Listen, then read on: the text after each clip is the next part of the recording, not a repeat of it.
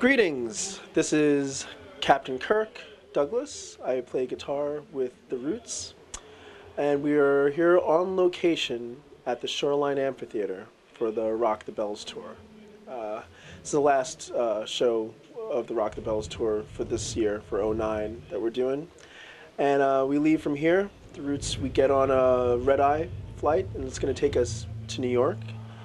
And we're going to be going straight to 30 Rockefeller Center, and we're going to be preparing for the Jimmy Fallon show, because that's what we do Monday through Friday, and because we're the house band for that show. And yeah, so during the day, Monday through Friday, we're doing the show, and on the weekends we come out and we play in a town, hopefully in a town by you, and we just exist that way. Oh yeah, it's totally different in that when you play something, you just have to do your best to nail it the first time around, because it's on TV and there's very little edits that you get a chance to do, and just there's when you see that red light from a camera, you kind of have to like tune that out. You have to kind of be in the music. Half of you has to be in the music, and the other half of you has to be aware of what's going on around you, because when there's interviews and things like that going on a TV show, you don't want to hear like a little from your guitar or something. You don't want to like hear that from your distortion pedal or anything like that. You have to be very conscious of your surroundings when you do a show like that. But it's great fun, great exposure. It's really, I feel so blessed and fortunate to be in the situation. It's the type of thing that just serendipitously happened. Just first being involved with The Roots, who I was a fan of in the first place, and then being on our band being chosen to be on the show. I mean, I'm a Jimmy Fallon fan anyhow. I remember seeing the best of Jimmy Fallon on the tour bus once, and I remember thinking, that guy is really talented. This guy's, and there's a real down-to-earthness about him. And then so he came to see us play at UCLA, and such a cool guy, and then we heard that he was going to ask us to do the TV show, and I thought, yeah, that'd be cool if something like that happened, but I didn't think it would really happen. And then we got the call, and we did rehearsals, and then every day I go to work, and I do look around. I have a moment where I'm like, this is pretty surreal that this is my life now, but I hope it lasts as long as possible. And but it's great to do that show and then go to a situation like this, playing for the live audience, where you're not everything is under the microscope. You can just kind of let it all hang out, and it's a great. It's like a chance for The Roots to just get unleashed again, because that's what we started out doing the live shows, So but before we do the show, the taping of the show, we get 10 minutes to warm up the crowd. And we do a live Roots show in 30 Rock at Studio 6B. So there's an aspect of every day you get to do that. And but one of the most fantastic parts about it is finishing up at 6:30, getting on the subway at 7 o'clock, taking the B train to where I live in Brooklyn, and seeing my beautiful wife and kids. That's, yeah, I have it real sweet, I have to say. You've got a lot of options to really tailor the sound to your liking. On the clean channel, you can have a fat, clean sound, or you can have the tight, clean sound. And I like the tight because it can get nice and glassy and clean. I like the transparency of that. And then with the other channel, I like the crunch. And then I can sort of, depending on my mood, sometimes I'll use the crunch, sometimes I'll use the tight gain that the channel offers. And for solos, for extra sustain, I'll use Ibanez. Is it an Ibanez? Oh, actually, I have a Maxon Tube Screamer, the equivalent of an Ibanez. I've never really gotten so deep into getting the old TS whatever vintage gear. I mean, I go for something, and I mean, I know the average listener is not going to be able to tell that if something's vintage or not. I just hope for the best and let my fingers do the rest with that stuff. I use Dunlop Waz. I like the Dunlop Crybaby the Hendrix wah. Um, I love. What else? What else is going on there? I have a Maxon phase tone pedal.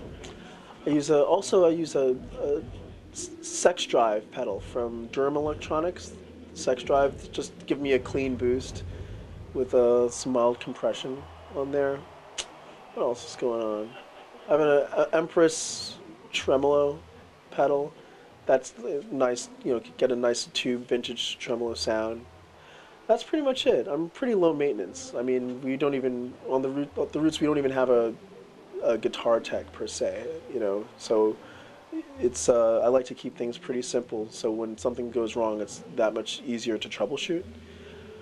And that's pretty much it with the Stomp Boxes things. I mean, I'm a fan of many other things too. I love Divided by 13 amps and effects as well. I love using that stuff as well. But with the Roots, I'm using Boogie on the TV show and live on stage with them too.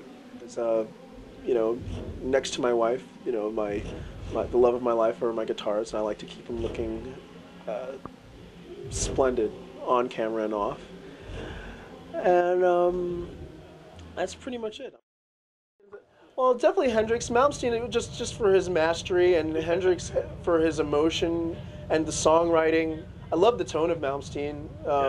It's pretty diversified. I love things like Dylan and Neil Young and Herb Ellis. I love, God, I love Funkadelic. I love James Brown. You know, Stevie Wonder, Sabbath. You know, Bob Marley, Zeppelin. I love David Axelrod. It's like, it's so, I always, and I know I'm gonna, after this is over, when I'm on the way home, I was gonna say there's a whole bunch I forgot to say, you know. But that's, you know, that's, I'm sure you get an idea of what I like from that. You know, I love, you know, non-guitar music. I love, you know, Leonard Bernstein. I love, you know, Bach, you know, stuff like that.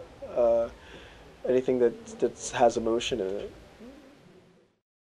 Yeah, I just listen to what's not there and just try to play in the pocket as much as possible. Just really, I mean, because while we're playing together, while we're making music, we also have to entertain as well. So, you know, just when I dance, you know, that's also a part of the process, and it coming naturally, and your hands being part of what your feet are doing and your body's doing, and all that. You know, it's and when you're singing, it's all connected. I think, and yeah, trying not to do stuff that steps on anybody's parts.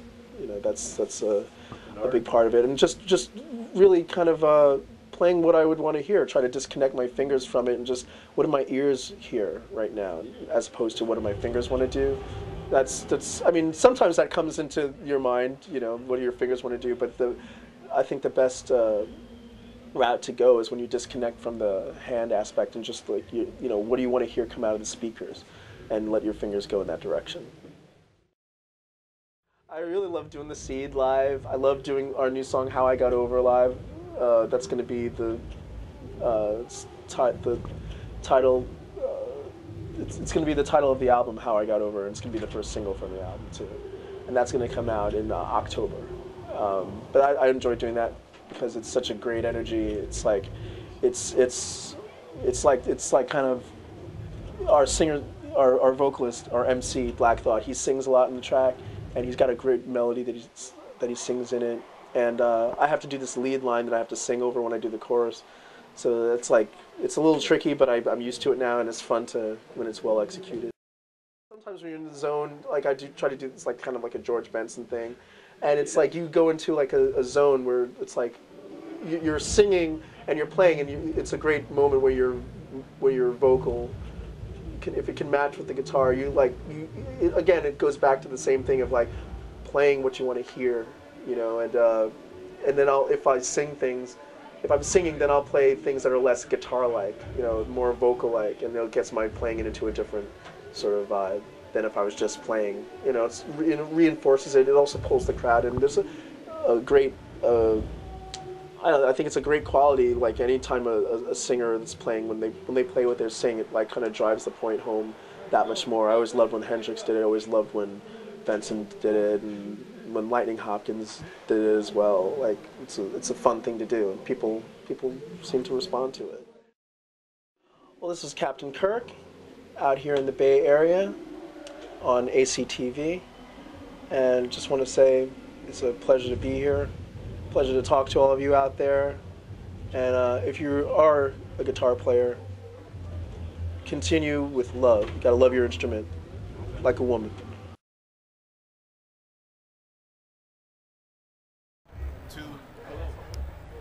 Hello. How you doing? Thank you. The silence. It's been a pleasure to be out with you. Rock the Bells is over now. Oh, there you go. After the show, it's done. This is the last Rock the Bells. Oh, it is? Yeah, Rock the Bells for this year.